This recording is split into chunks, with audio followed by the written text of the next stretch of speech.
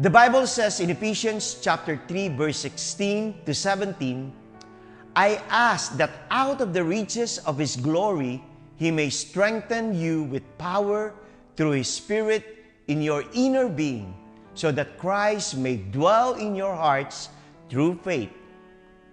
When Paul wrote these words, he was in prison, bounded by the regime and powers of the Roman Empire. Realistically speaking, it was hard for Paul to face all those trials and predicaments, considering that he is weak and vulnerable in all the challenges that he is facing. Now, for us, it is such a great privilege to read all his writings.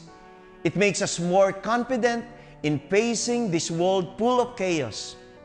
Logically speaking, Paul is worried that his readers might be tempted to quit and give up.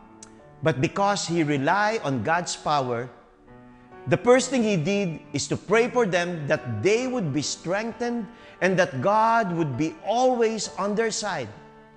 We need to understand the truth behind this prayer. But what we need to grasp here is that God is with us, the Emmanuel.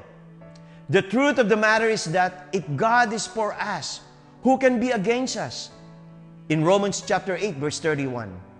That makes all the difference in the world.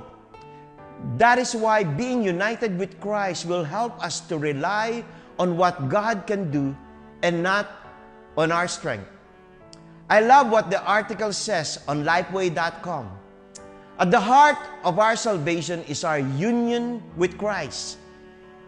The Bible describes salvation as entering into a covenant relationship with God, and also describes the church as the bride of Christ. Christians believe that Christ dwells in our hearts through faith and that we are simultaneously dwelling in Him. This union is indissoluble or permanent. It will last for all eternity. Let Christ rule in our hearts. Blessings to everyone.